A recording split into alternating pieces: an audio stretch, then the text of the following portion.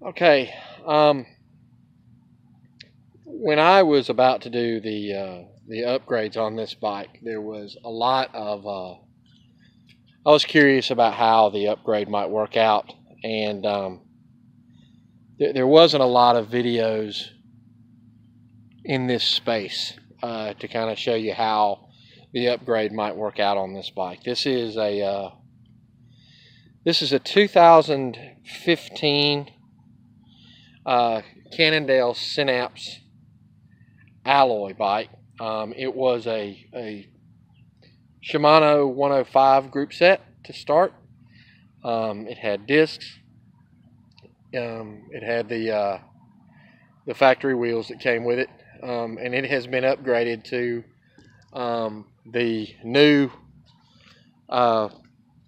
Shimano Ultegra Di2 group set, and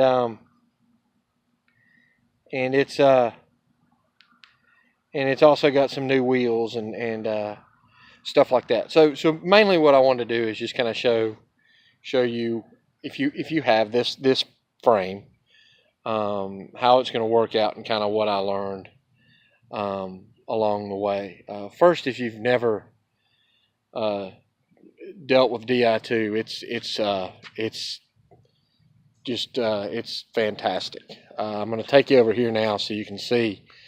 This is the computer on the bike, and the way this latest Ultegra group set works is there are customizable buttons up on the tops of the hoods here and here. So if I while I'm riding, I can use this thumb here, and you can actually make this do whatever you want. If you climb a lot, you can use these to shift up and down if you want. But where I live, there aren't a lot of hills, so what I do is I just use it to switch pages. So you can see I pull out here. I'll push this button, and what it does is it shifts the display on the Garmin to some different things that I've got going on. That's an app that I've added. There's your heart rate graph. Obviously, the heart rate monitor is not hooked up. This is just the general Di2 listing here. There's your front gear. The 2, it's the high gear. This is we're in the 6th gear in the back. There's your gear combination. You're in the 50-tooth front chainring and the 18-tooth rear cog, and then it's got your speed and everything, so you can actually see shift mode S1. And what shift mode S1 does is it's if you, unlike with a conventional group set where you might just and I'm going to show you, you use this one to shift it back. S1, when you're using a normal STI shifter, you shift the front over here, and the rear cassette, you change the gears back here, and it's just change one, you change one. The S1, what it does is it alters that a little bit. Normally, when you think of shifting from the big chain ring to the little chain ring, it feels like you're falling off a cliff. All of a sudden, the resistance goes away in the pedals because you've dramatically changed the gear ratio. What S1 does is when I come over here and I shift from the big chain ring to the little chain ring, what it does is it automatically shifts the rear cog 2 cogs up into higher gears. So what it does is it finds a very close gear ratio so that you don't feel like all of a sudden you've lost any sort of resistance. And that it's just kind of a cool feature to have. And it still trims and does everything else normally. But I'm going to show you here. You can see here is the shifter. This is just sort of the normal display that I use when I ride. I've got a Di2 battery indicator here. This is the battery on the computer. This is the light battery. I actually run, Garmin has a light network feature that they'll do on this. It's a Garmin 1000.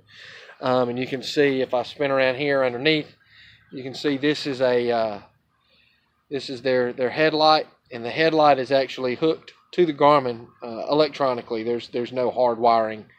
And as the lighting conditions change, this light will switch from a low beam to a high beam to flash. And then down the back here, you can see this is the Garmin rear light. It's a radar. The radar, what it does is when cars approach, this light flashes faster and faster and faster to alert the car. And then up here on the display, you can see this sort of looks like a radar. It creates a column that goes down the side, and it shows you a dot, and it color codes it from green to red depending on the rate of approach. But I'll show you what happens up here. You've got I don't show a front gear indicator because you just kind of know what front gear you're in. Let me cut this back on. I don't use a front gear indicator because I generally know what chain ring I'm in. But what I do like to know is I like to know what rear gear I'm in. It shows me I'm in 6 of 11. I've traveled 0. There's my speed, and I'm going to show you what happens here. I'm going to shift the gears up. You can see here's the shifters over here, and the buttons on this. What they've done is there's an, I don't know how this is going to show up, but the up button is smooth to the touch, and the down button, if you're downshiftting into a lower gear, it's sort of dimpled. Let me see here. Maybe I can cut on the light, and maybe it'll show up a little better. There you go. You can see it's a little bit dimpled there. Also, they put some texture on these hoods here. But what I'll show you here is when you shift down or when you shift up, you'll see this indicator will change. You'll see the line up here will move down 1, and then this will go from 6 to 5. Let's see here, or 6 to 7. I shifted up, and everything changed, and then there it goes. I put it back, and I'm going to show you what that looks like down at the bottom. Here is this is the derailleur for the Di2 down here, and you can actually see it. It'll shift, it'll move, and there it goes, and there it goes back. The front derailleur will do the same thing, and as you change the gears in the back on the rear cog, the front, this chain guide will actually trim, and it will move side to side to keep the chain from rubbing up against this chain guide. This is not the factory chain. It's a little bit more lightweight. Also, I don't lube the chain with. This is something new I've just started doing. I don't lube it with sort of a conventional petroleum-based lube. I use a wax, and I ride in generally dry conditions, but I pick up a lot of dust, and that sort of keeps that at bay. You can see the jockey wheels are pretty clean, and it keeps everything nice and clean. You can see the drivetrain itself, the cassette and everything is nice and clean, but you can see there's no cables here on this. This is it's just the Di2 wire. They had a little grommet here to fit that. Let's take you around the other side to the braking system. Here's a big front brake, and the Shimano has this Ice rotor technology. These are the rotors that come with the Ultegra group set. Now, here was the wrinkle with this one. The new Ultegra group set, the brake rotors, or not the brake rotors, the caliper only comes in a flat mount, where the caliper would actually mount right up here to the forks. This frame didn't work that way. So Shimano actually makes another caliper that is compatible with the freeze rotor. You need to check out Shimano's compatibility. I think it's a R735 or 85, but this is the caliper that we used here on this bike. You can see here, this is the where the only one cable, one wire controls everything, and it runs in here, and it's next to the rear hydraulic cable, which runs down. There's a pressurization issue. You could not bring the brake hose through the rear chainstay bar. So what we had to do is they ran it out of under that little access panel in the belly of the bottom bracket down here, and they ran it along to right here, and then you can see where it comes up and into the rear rotor right here. And if you get these brakes, a word to the wise, wear them in. You need to break them in. If you go out there and just start riding, you'll glaze the pads and they will howl, and you'll have to get a new set of pads and maybe sand the rotors, which it isn't a big deal. It takes you about an hour to do to pull everything out, but it's something that you might have to do. This bike does not have the factory wheels. I got rid of them, and this now has Mavic Cosmic carbon fibers. They are way lighter, and they're the single best thing I've done in terms of changing the speed of the bike. These carbon fiber rims, when you get them, they make a big difference in how the bike rides. Also, this bike has a different saddle on it. The factory saddle was not very comfortable. Because you're cutting the number of wire or cables. Normally, what would have happened here is on this side you would have brought the cable down from that would go to the rear derailleur, and the rear brake would go there. And what you would do is on this side you would go to the front derailleur. Now with Di2, they use a system where everything just runs through one wire. All of the information transfers through one wire. So didn't need to have that here. So what we did is just for the time being, we just cap these with some good sturdy tape. And then what I'll eventually do is there's a glue that's sort of like silly putty that you can use to plug these up. And then what I'll probably do is get another transparent piece of 3M material that'll go over this and cap it long term.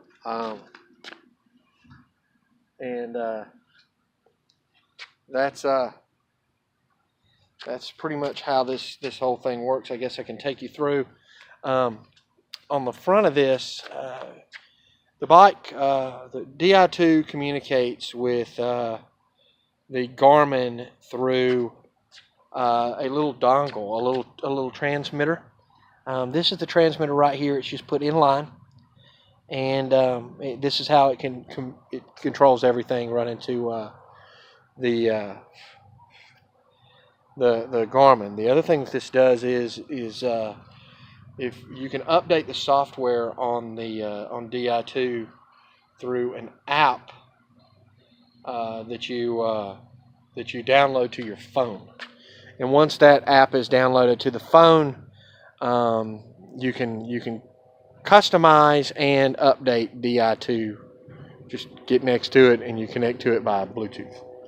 The battery for this bike, there's a wire that runs down. The wiring runs down through here, and then there's a wire that goes there's a junction box down here, kind of underneath that sticker in the down tube, and there is a wire that runs to the front derailleur. There's a wire that runs down to the rear derailleur, and there is a wire that runs up to the battery, which is in here inside the seat post. You have to access the battery. You just undo the seat post clamp, you pull it out, and the battery has about there's a foot of wire there, so you can get some slack and work with the battery if you have to. I guess I can show you the junction box is also here. One of the things that I wanted to do was it wasn't going to be a perfectly clean installation because the bike it wasn't this frame wasn't really cut to for Di2. So what we did do is normally Di2 would have a junction box up under here, and that junction box is where you would plug in to charge the battery that's located here in the seat post. But for this version, what I did was I got a different aftermarket handlebar. This is a carbon fiber Aero style bar. This is not the super heavy Cannondale bar. This bar probably weighs about a quarter of what the Cannondale bar weighed. But what they did is everything runs through here. The two levers are connected together, and then everything runs down here to the end bar, and here is my junction box. If I have to charge the battery, you charge it from here. If you have to connect by Bluetooth, you connect right here. There's a button right here, and this is where everything is connected right here in this junction box. I'll cut the light on so you can see it a little bit better. And there's what the normal junction box looks like. But here is the junction box on this side, so you can see kind of what that looks like. So that's it. I guess I'll just take you through the rest of these screens up here.